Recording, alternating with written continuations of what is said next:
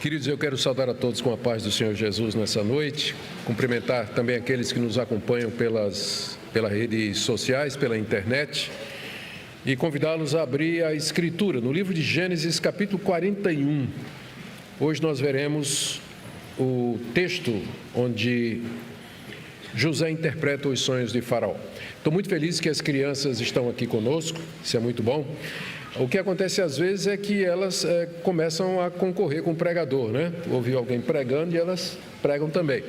Então, quando seu filho começar a pregar, você faz o seguinte: você sai com ele um pouquinho, deixa ele pregar 1, 2, 3 pontos lá fora. Quando ele se acalmar, você traz ele de volta para cá, porque não dá para ter dois pregando ao mesmo tempo, né? A atenção fica dividida. Então, estamos certos assim? Graças a Deus que os nossos filhos podem participar, nossas crianças podem participar juntamente do culto a Deus, com toda a congregação.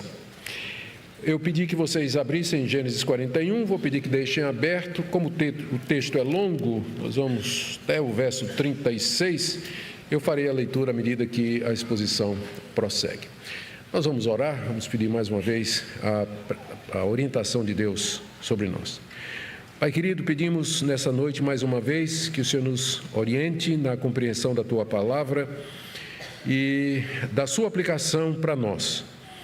Nós queremos não somente entender o que o autor antigo quis dizer, mas também aquilo que o autor sempre presente, o Espírito Santo, nos diz hoje.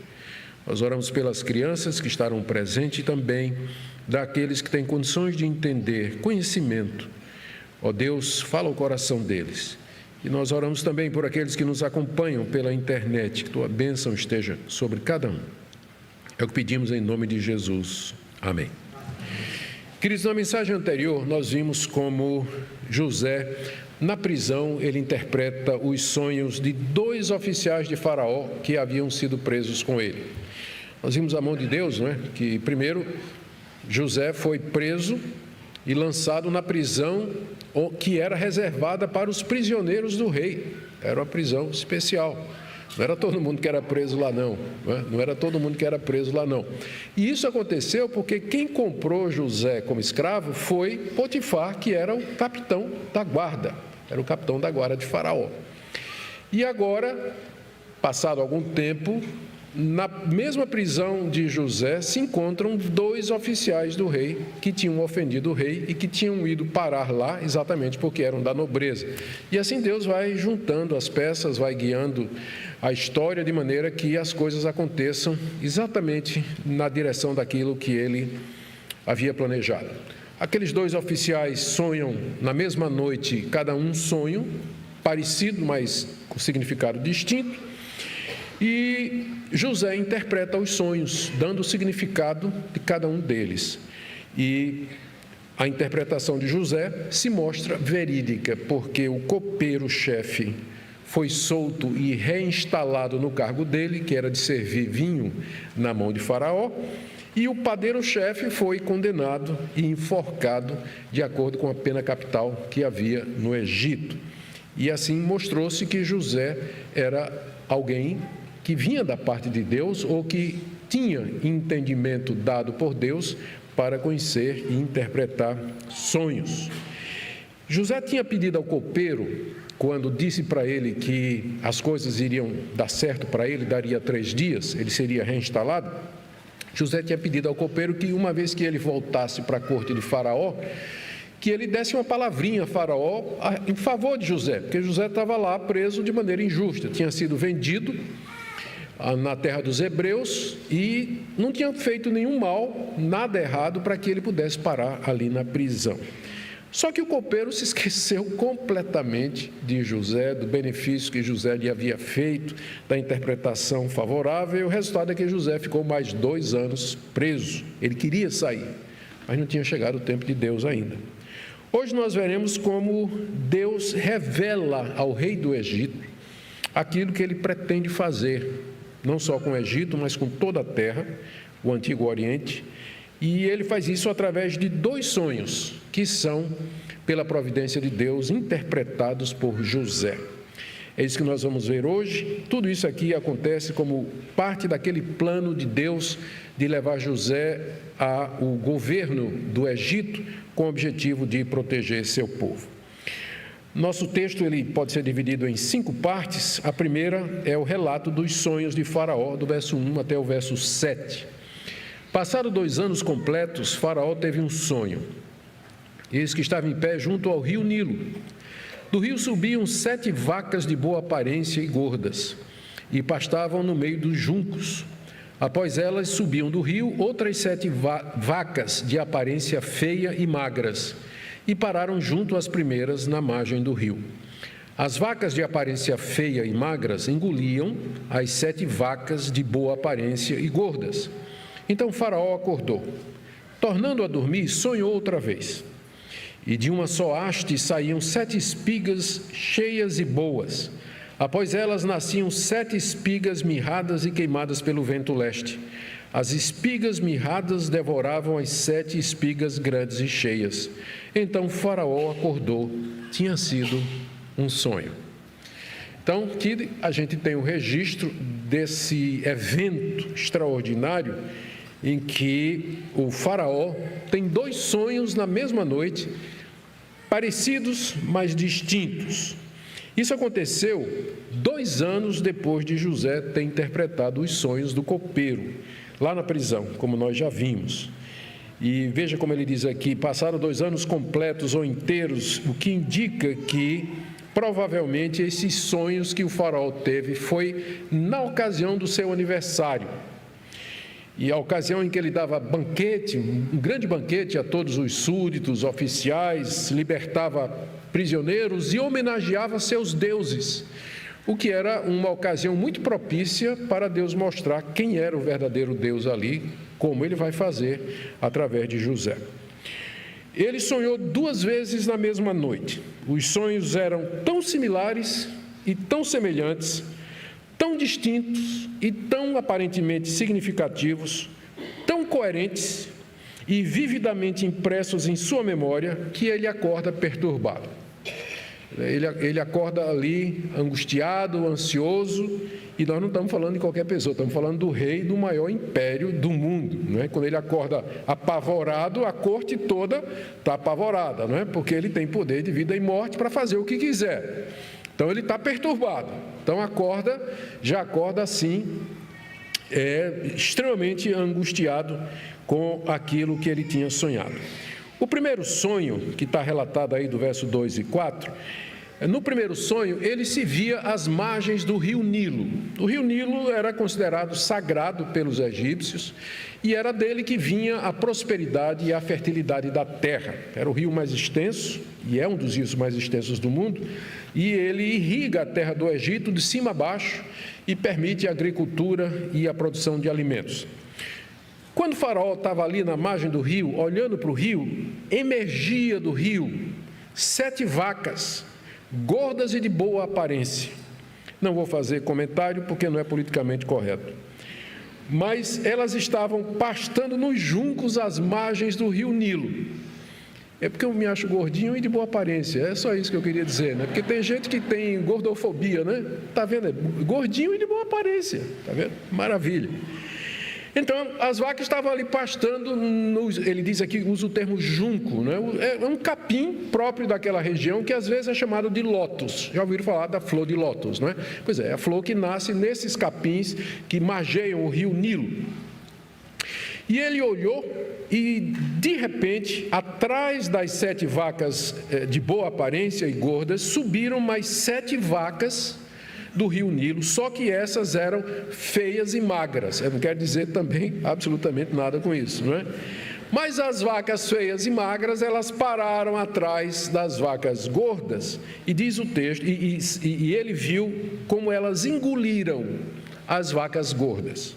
E Faraó acordou. Acordou, caiu no sono de novo, e aí ele sonha de novo. No segundo sono, ele vê 7 espigas grandes, 7 espigas de trigo, cheias de grão, que cresciam no mesmo pé, isso é, no mesmo talo. 7 espigas. Os grãos eram enormes, estavam cheios ali.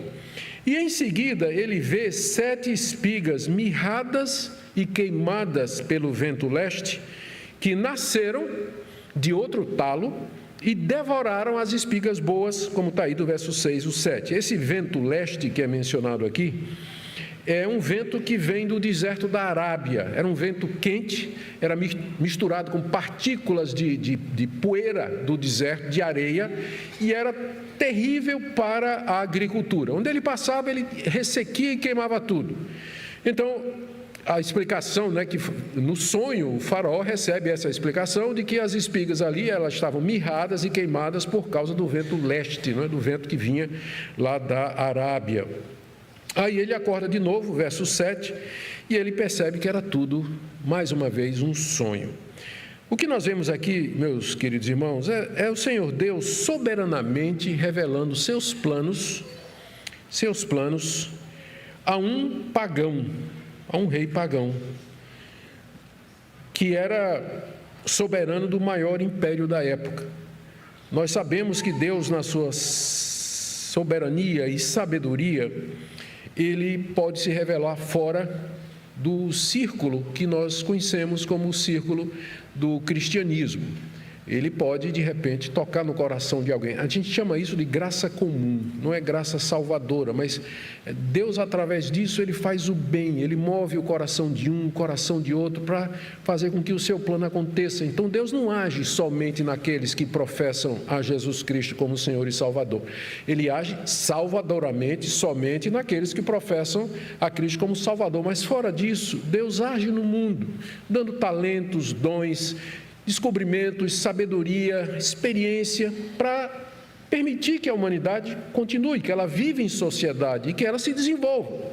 E aqui Deus aparece em sonhos, ele não aparece, mas ele dá sonhos com significado futuro, àquele que era o rei do maior império da época. Então isso tudo estava dentro dos planos que Deus estava tecendo para abençoar o seu povo em seguida. A segunda parte do capítulo é a respeito da lembrança do copeiro-chefe. Está aí do verso 8 até o verso 13 que eu vou ler aqui. De manhã, ao despertar muito perturbado, Faraó mandou chamar todos os magos do Egito e todos os seus sábios. Contou-lhes os seus sonhos, mas não havia ninguém que pudesse dar a interpretação. Então o copeiro-chefe disse a Faraó: hoje me lembro das minhas ofensas. Quando o faraó ficou irado com seus servos e me pôs na prisão, na casa do comandante da guarda, a mim e ao padeiro-chefe, tivemos um sonho na mesma noite, eu e ele. Sonhamos e cada sonho tinha o seu próprio significado. Achava-se conosco um jovem hebreu, escravo do comandante da guarda.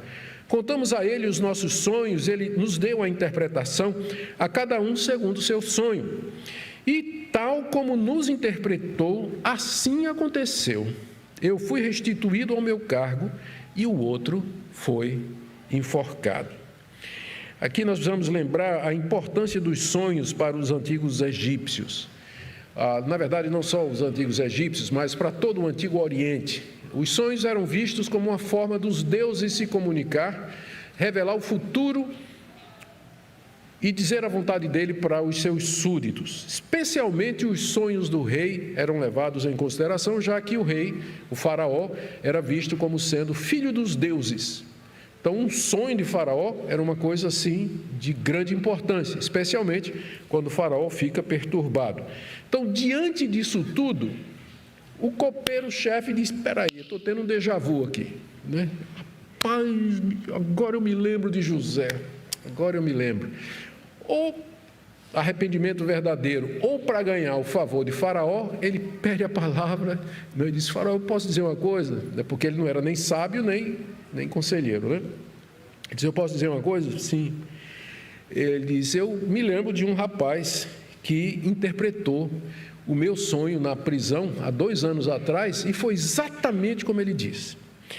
Essa palavra do copeiro, ela vem depois que Faraó havia convocado todos os magos e sábios do Egito, para vocês verem como ele estava perturbado com o que tinha acontecido. Está aí no verso 8. E a gente não sabe exatamente qual a distinção entre magos e sábios, que aqui está no texto bíblico, não é? Mas eles faziam parte de um grupo numeroso de pessoas que reivindicavam ter habilidade especial nas coisas sobrenaturais, em artes e ciências ocultas, revelar mistérios, explicar eventos e, acima de tudo, interpretar sonhos. Eram profissionais do misterioso. Eram chamados de magos, às vezes chamados de conselheiros ou de sábios.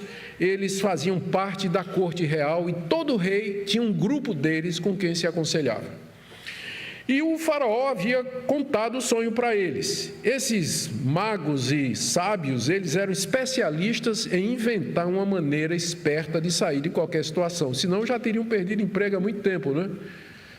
Então, por exemplo, o oráculo de Delfos, que era uma mulher que supostamente interpretava a vontade do deus Apolo na cidade de Delfos, lá na Grécia.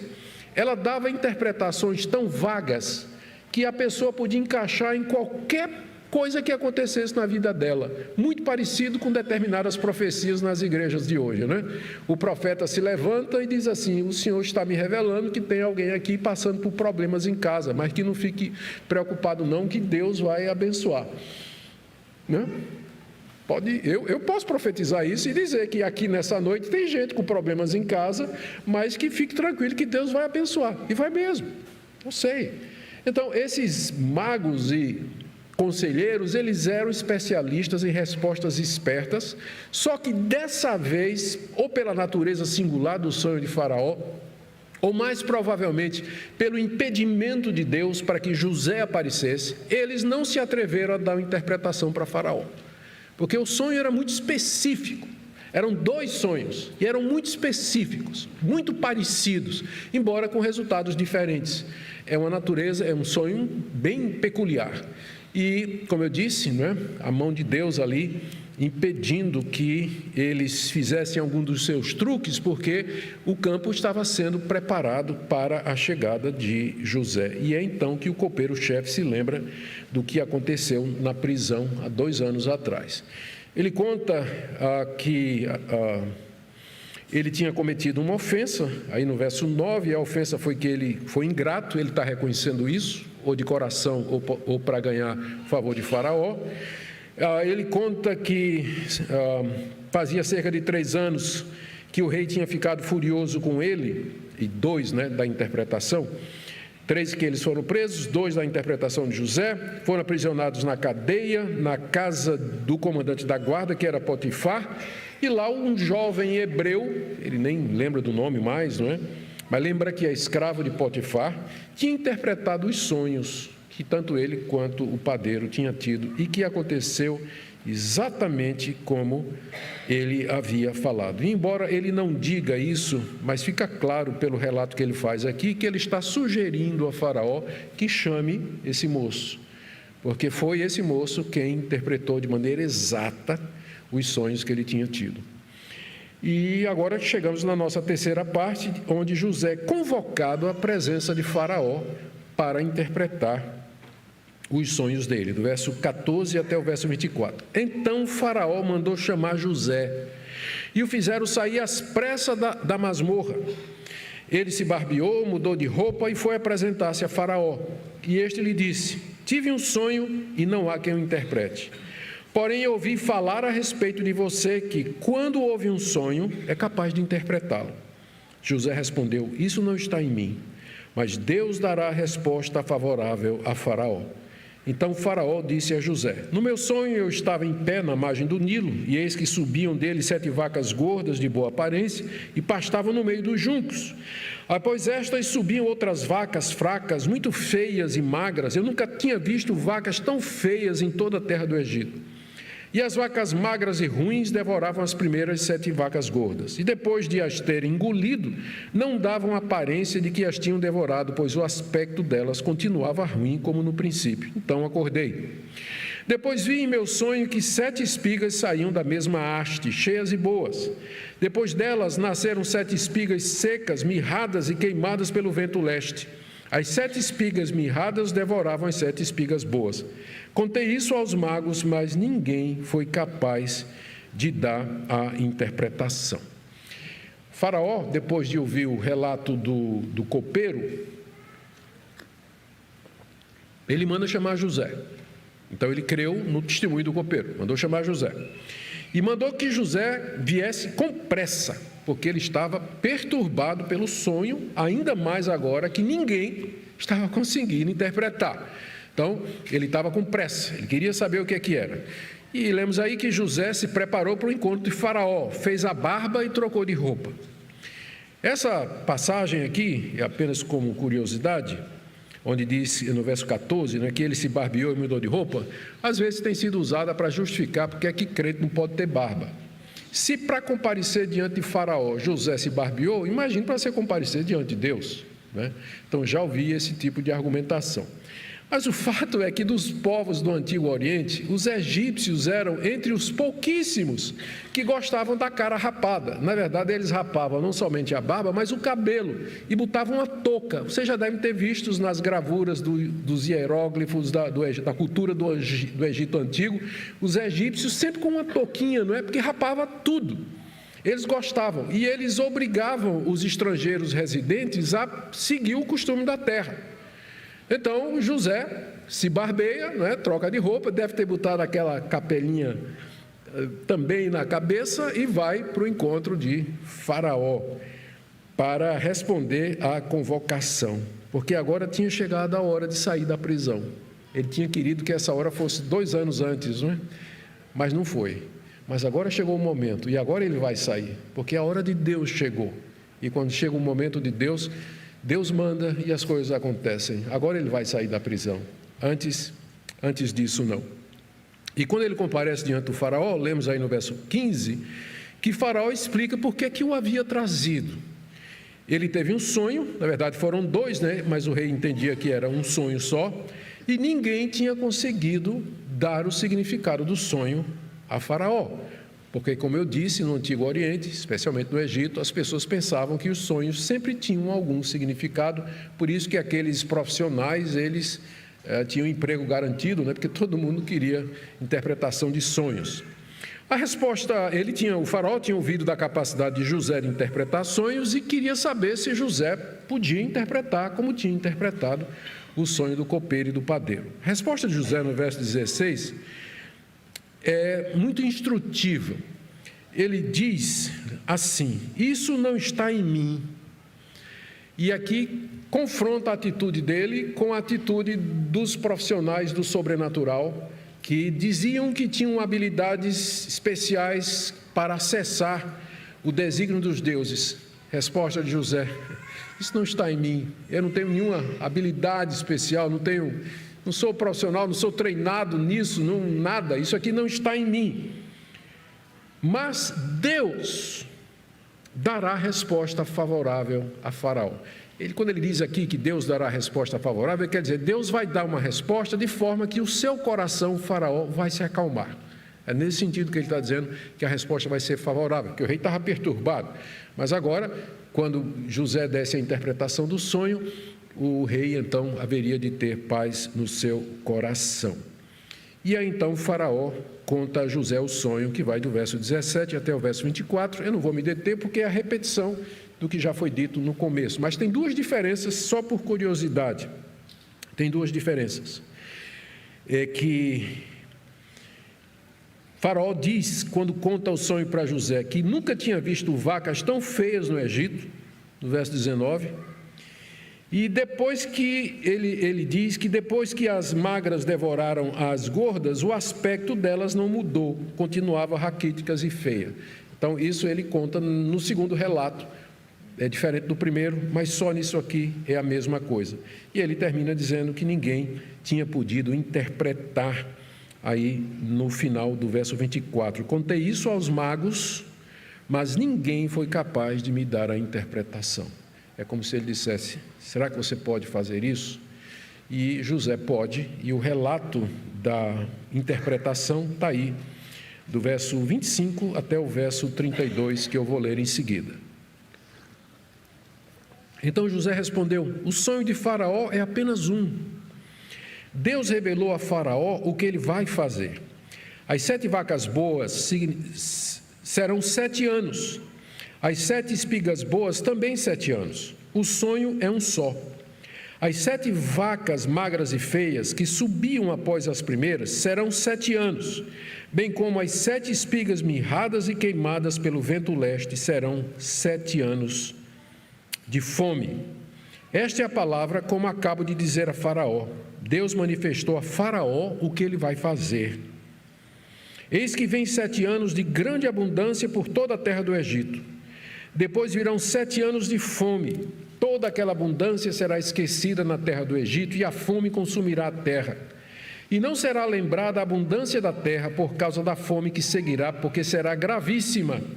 O sonho de Faraó foi repetido, porque a coisa é estabelecida por Deus e Deus se apressa a fazê-la. José entendeu, quando Faraó contou o sonho, José entendeu que aquilo de fato vinha da parte de Deus. E ele diz que apesar dos sonhos serem 2, eles tinham apenas um significado e que Deus havia revelado a Faraó o que Deus haveria de fazer. Ou seja, era um sonho profético que apontava para o futuro o que é que Deus haveria de fazer na terra do Egito e em todo o mundo. Era isso que os sonhos queriam dizer. Em seguida, José dá a interpretação das coisas que Faraó viu. Ele ainda não deu interpretação, ele ainda não concatenou o que é que vai acontecer, mas ele dá primeiro a interpretação das coisas que Faraó viu. Ele diz aí no verso 16 que as 7 vacas e as 7 espigas significam 7 anos. Então, os 2 sonhos diziam a mesma coisa. O que vai acontecer daqui, ou vai durar 7 anos. As 7 vacas boas e as 7 espigas boas seriam 7 anos de grande prosperidade sobre o Egito. Verso 26. Já as 7 vacas ruins e as 7 espigas mirradas e queimadas são 7 anos de fome sobre toda a terra. E aí, em seguida, ele dá a interpretação dessas coisas do verso 28 a 31. Ele está tão seguro que tudo isso iria acontecer exatamente como ele estava dizendo, que ele diz no verso 28, essa é a palavra como acabo de dizer a Faraó. Deus manifestou a Faraó o que ele vai fazer. Mais uma vez, eu chamo a sua atenção para isso.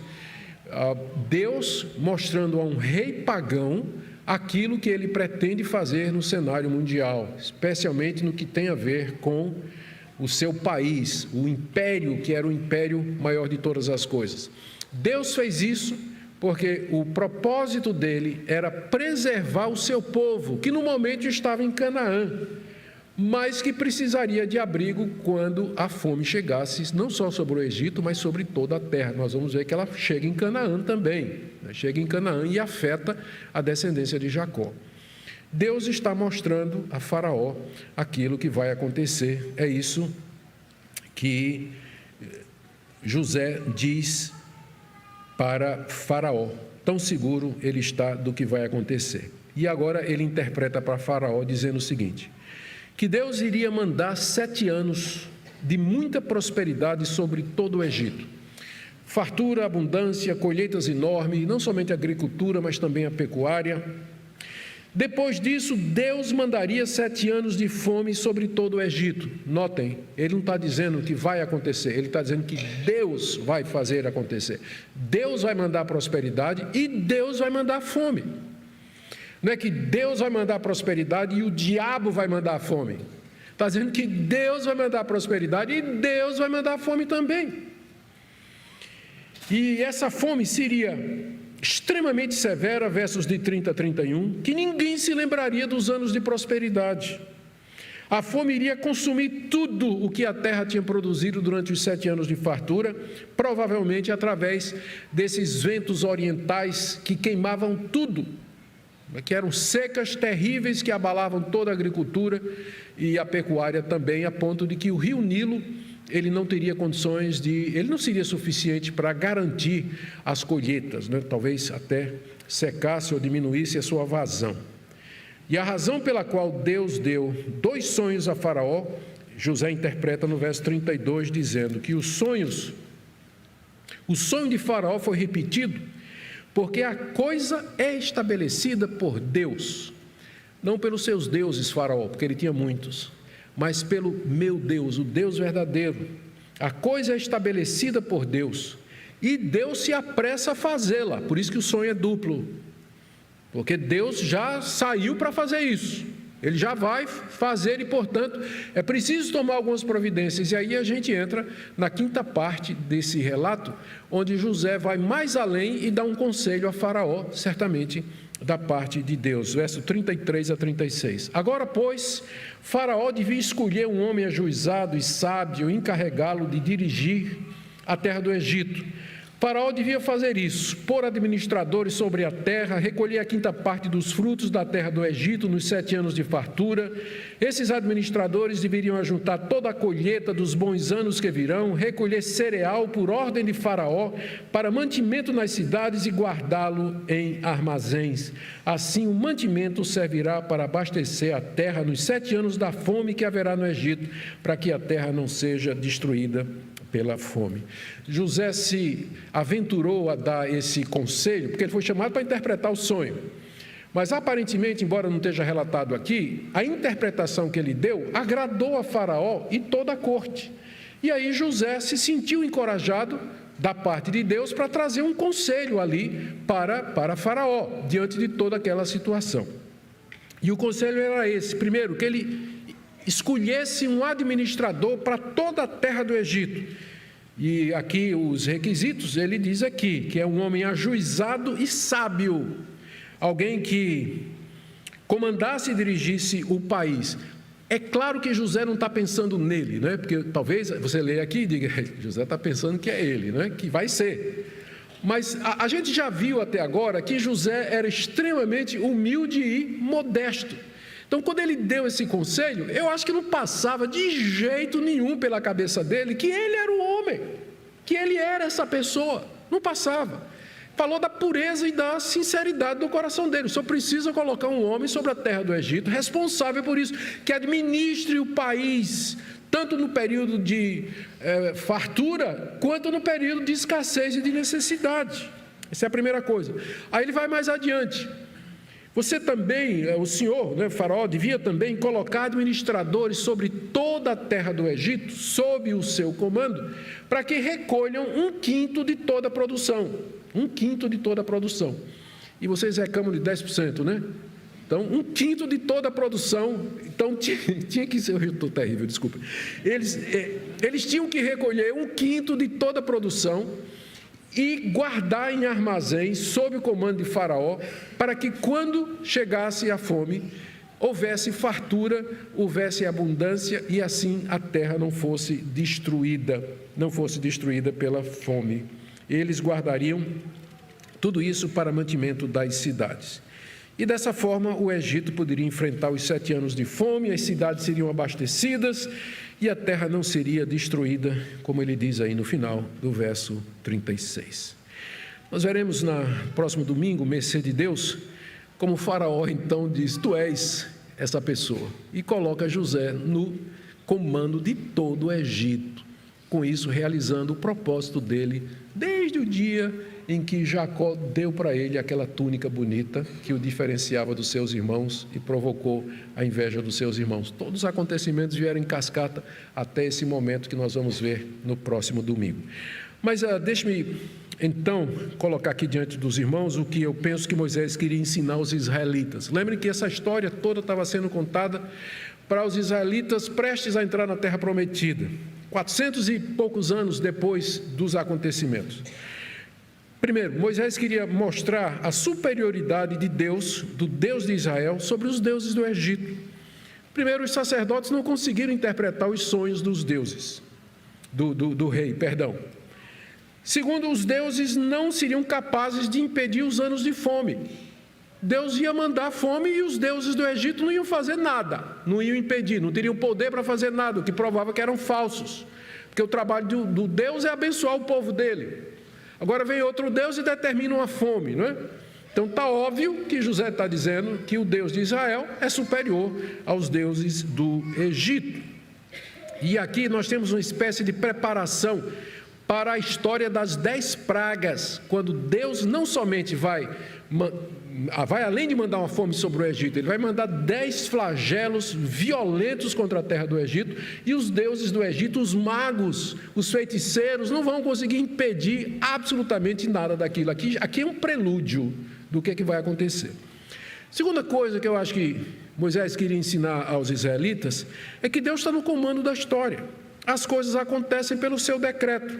Ele manda a prosperidade e ele manda a calamidade. Quando Deus manda prosperidade, nós chamamos isso de graça comum, ou seja, aquele benefício, o amor de Deus pela humanidade em geral, que faz com que Ele abençoe pessoas, mesmo que as pessoas não creiam nele, não queiram saber dele, mas Deus abençoa com fartura, prosperidade, saúde, alegria e oportunidades, descobertas e tantas outras coisas boas que a gente sabe que tem no mundo. De onde vem isso? A graça comum de Deus. Então, ele ia mandar um período de grande prosperidade para a terra do Egito. Como ele pode mandar um período de grande prosperidade para qualquer nação hoje, se ele quiser. Ele pode mandar, sim, abençoar nações inteiras, ainda que essas nações não se curvem diante dele ou não o reconheçam como Deus. Mas, por outro lado, quando a calamidade vier, isso faz parte do que a gente chama dos juízos temporais de Deus sobre o mundo. Apesar de ser um mundo bonito, belo, maravilhoso e que nos dá tanta alegria, tem tanta coisa boa nesse mundo de Deus, mas por outro lado é um mundo caído, é um mundo marcado pelo pecado. E Deus, sendo santo, Ele não pode deixar o pecado passar em vão, despercebido ou sem ser checado. Por isso que vêm as calamidades. Maldita é a terra por tua causa, ela te produzirá abrolhos, espinhos, e com suor comerás dela todos os dias da tua vida. Tsunamis, temporais, enchentes, terremotos e outras catástrofes são os estertores de uma terra marcada pelo pecado e que Deus manda como antecipação do juízo que vai acontecer no grande dia final, quando Cristo vier. Aqui são as parcelas adiantadas, não é? Aqui já nos mostram o poder de Deus que Ele vai desenvolver, que Ele vai mostrar no dia do juízo, na volta do Senhor Jesus. Com isso, Deus não é maldoso, não é injusto e Ele não é cruel. Nós devíamos colocar essas coisas na nossa conta, porque é o nosso pecado que atrai a justiça de Deus e os juízos temporais.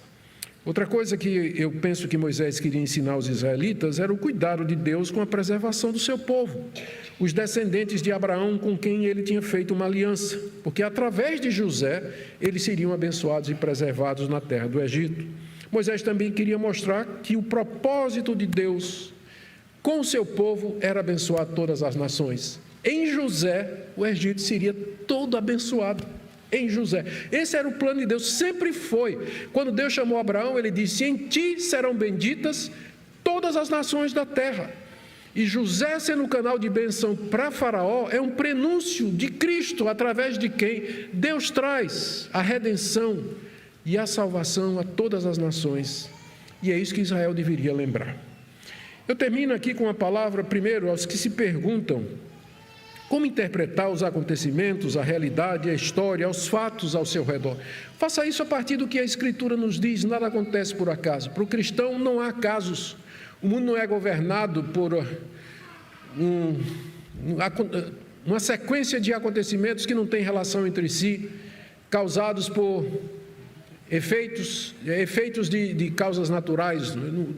Nós cremos que há um Deus que guia a história. Claro, Ele vai usar as leis que Ele próprio criou. Leis naturais, leis físicas e leis da sociedade. Ele vai agir através disso. Mas a mão dele está em todo lugar. E nós deveríamos lembrar disso aí quando a fartura chegar ou quando a calamidade bater na nossa porta.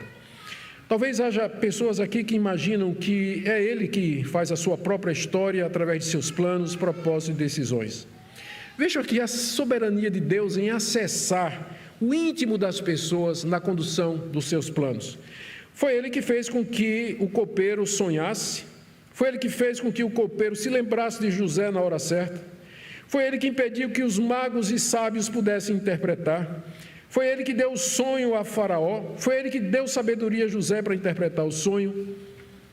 Nós não somos nós colheremos o resultado das nossas ações, mas nós sabemos que há um Deus que pode acessar o mais íntimo do coração humano, por isso a gente ora pelas pessoas, por isso a gente pede a Deus que abençoe determinadas pessoas, porque nós sabemos que Ele é capaz de fazer isso. Talvez esteja pessoas aqui nessa noite que pensam que são alguma coisa por seus méritos e valor pessoal e que conseguiu prosperar e ser vitorioso pelo seu próprio espírito. Lembra que José, na hora que foi confrontado se ele podia fazer aquilo, interpretar o sonho, ele atribuiu toda a glória a Deus e com isso condenou a arrogância dos sábios e magos do Egito. Talvez você esteja aqui sofrendo faz um tempo e Deus parece não responder. Lembra, a essa altura, pelos cálculos, José já estava 13 anos na prisão. 13 anos. E querendo sair de lá. O fato dele ser um moço temente a Deus não quer dizer que ele não queria sair de lá. Mas só saiu na hora certa, e da maneira certa, e pela razão certa e para o propósito correto. Então talvez você pense que o sofrimento está demais. Eu quero dizer que você deve esperar, você deve aguardar com paciência diante de Deus. Se uma porta se abrir, vá por ela. Como José pensou, quando o copeiro, ele interpretou o sonho do copeiro, ele disse: eu vou usar agora o copeiro para ver se consegue falar com o faraó e me tirar daqui. Não era a hora, o que não evitou que ele tentasse. Mas a gente tem que esperar com paciência o tempo de Deus. E por último, esse é o nosso Deus, Pai do nosso Senhor Jesus Cristo, que se deu por nós para nos livrar de algo muito pior do que 7 anos de fome. E por isso nós estamos gratos a Ele pela redenção que nós temos em Cristo Jesus.